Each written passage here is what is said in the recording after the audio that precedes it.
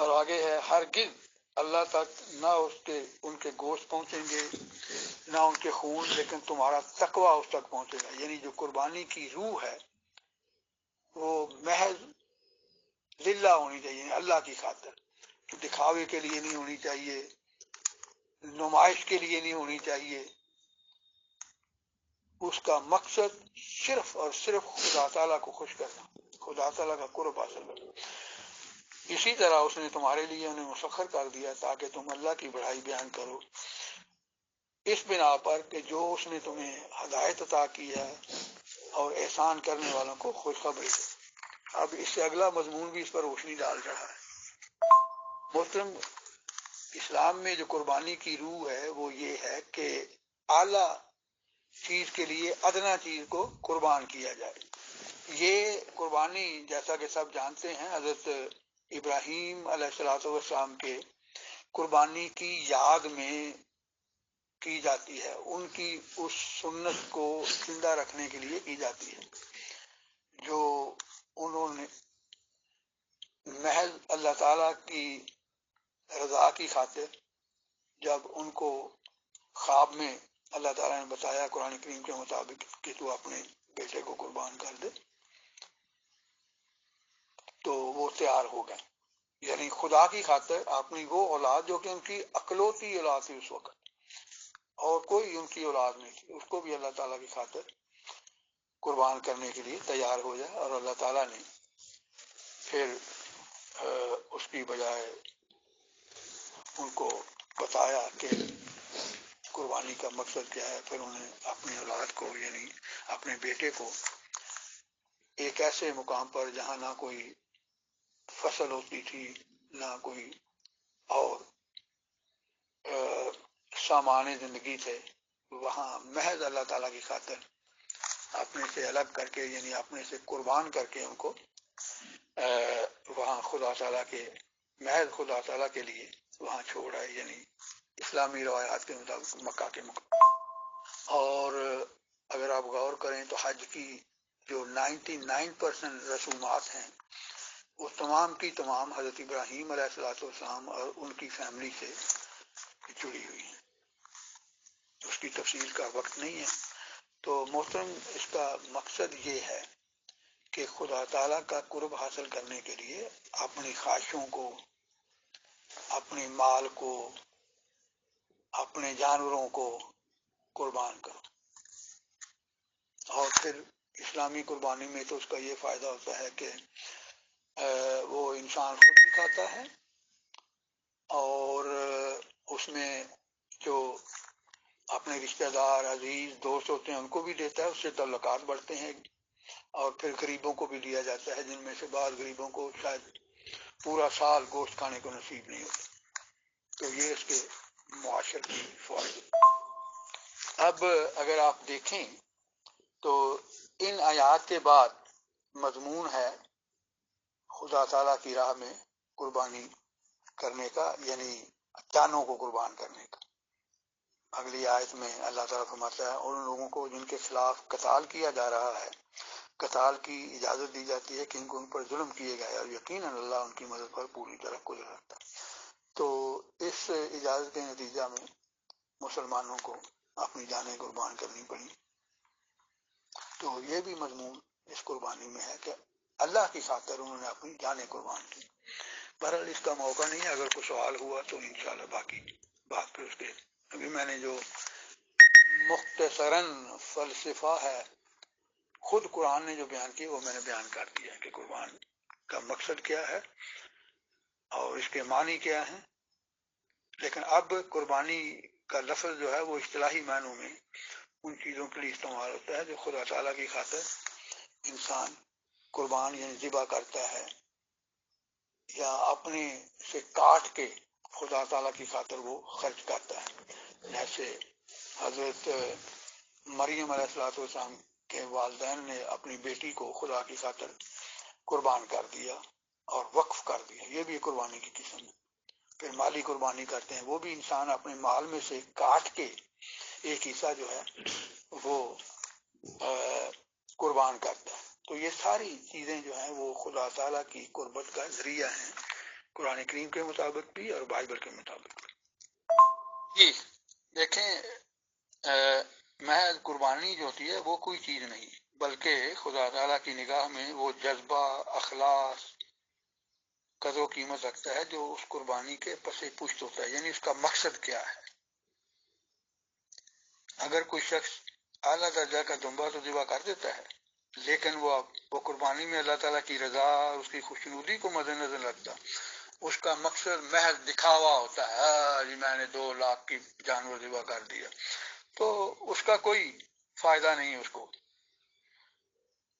کیونکہ خدا تعالیٰ کی حضور اس ایسی قربانی میں کوئی حیثیت نہیں رکھتی۔ تم کوئی سوال ہے؟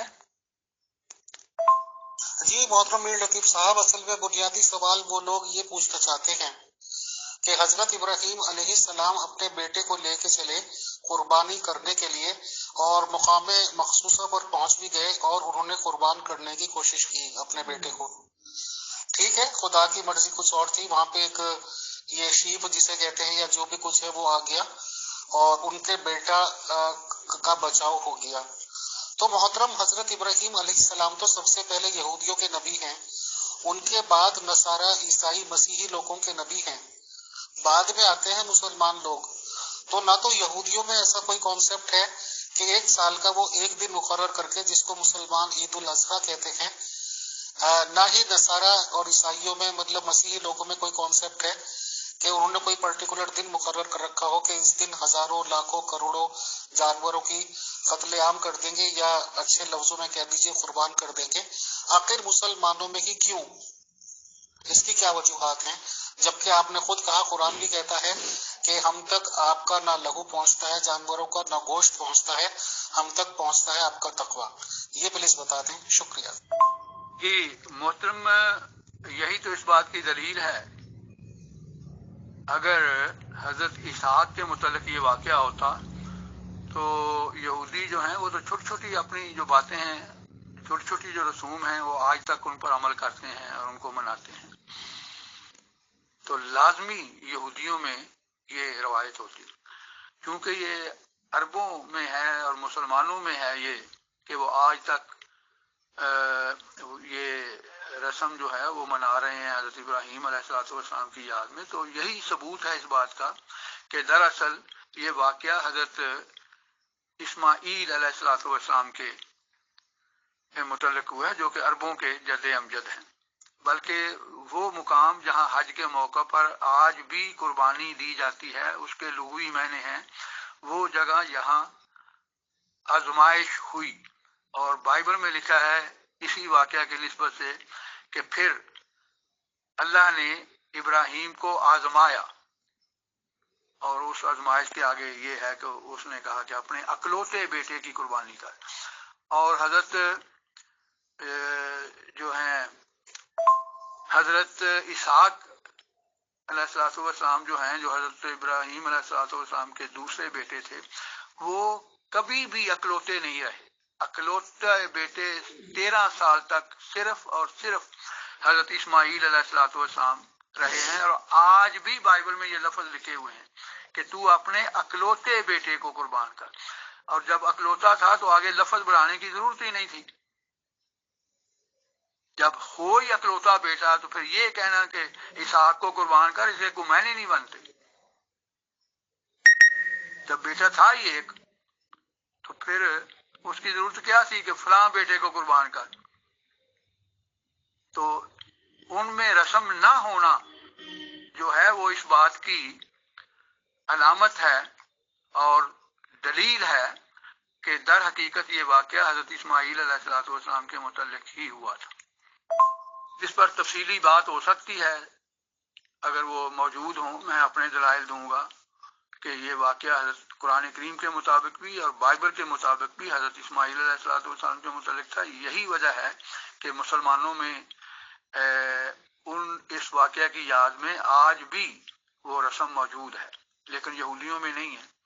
عیسائیوں میں تو بہرحال اب کنسیپٹ ہی کوئی نہیں ہے، وہ تو انسانی قربانی کا کنسیپٹ بن گیا، وہ کہتے ہیں جی مسیح ہمارے لیے قربان ہو گیا، حالانکہ انسانی قربانی جو ہے وہ بائبل کی روح سے ناپسندیدہ ہے، ممنوع ہے،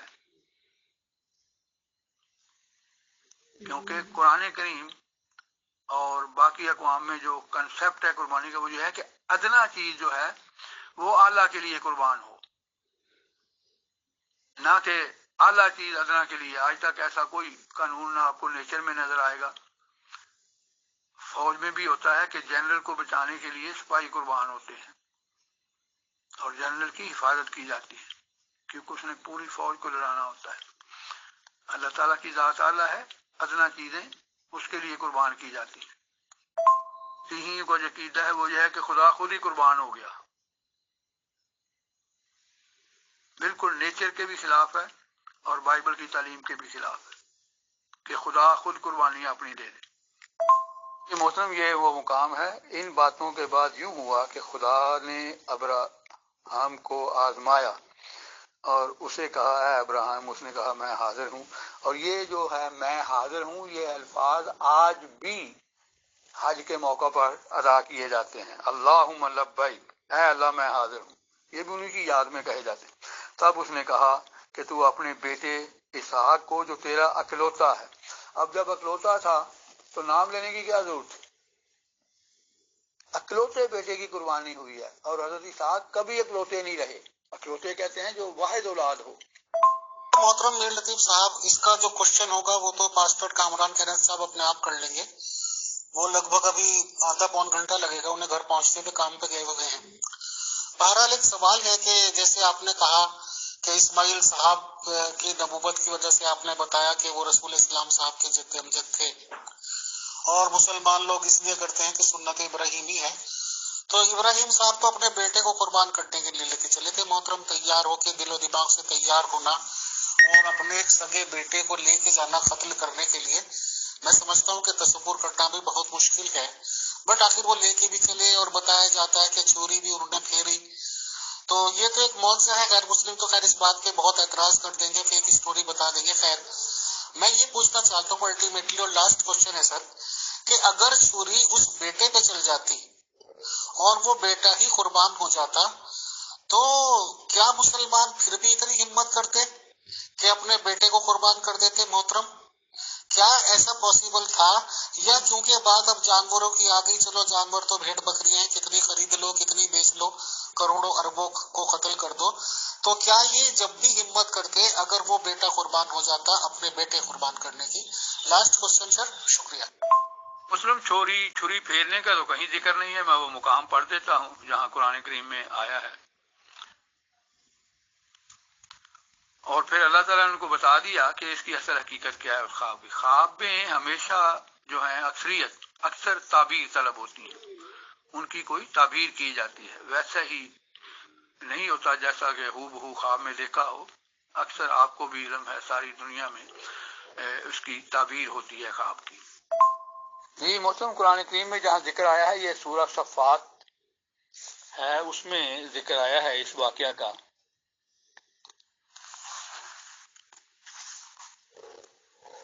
میں آیت نمبر 100 سے شروع کرتا ہوں، 101 سے۔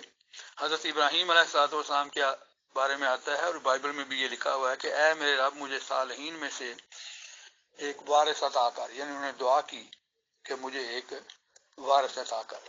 بس ہم نے اسے ایک بردبار لڑکے کی بشارت دی، بس جب وہ اس کے ساتھ دوڑنے پھرنے کی عمر کو پہنچا، اس نے کہا اے میرے پیارے بیٹے، یقیناً میں سوتے میں دیکھا کرتا ہوں، یعنی لگتا ہے ایک دفعہ سے زیادہ بار ان کو یہ خواب آئی کہ میں تجھے ذبح کر رہا ہوں، یعنی وہ بیٹا بھی دکھایا گیا خواب میں جس کو ذبح کرنا تھا،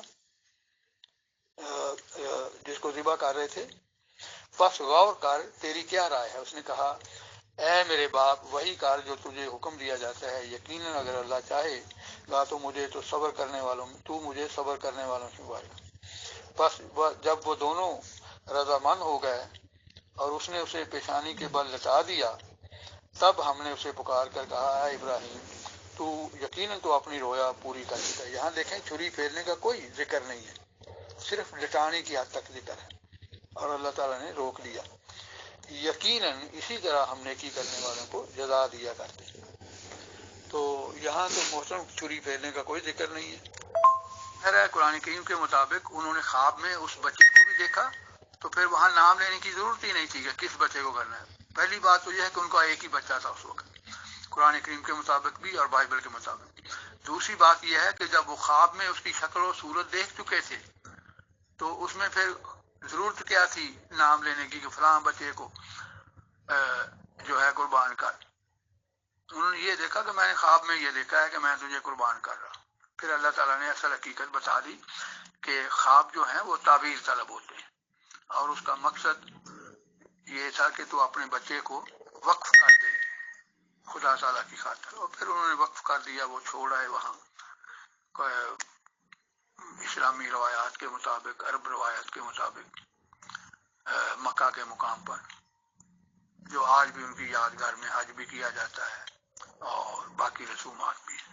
یہ اس کا ثبوت ہے کہ واقعی انہوں نے وہاں یہ زندگی گزاری. موسم دیکھیں، اللہ تعالیٰ نے اس بیٹے کی پیدائش سے پہلے ہی یہ پیش خبری دی ہوئی تھی کہ اس کی بہت اولاد ہوگی، صاحب اولاد ہوگا. تو اس لیے یہ کیسے ہو سکتا ہے کہ اللہ تعالیٰ اپنے پلان کو اپنے ہاتھوں سے ختم کر لے.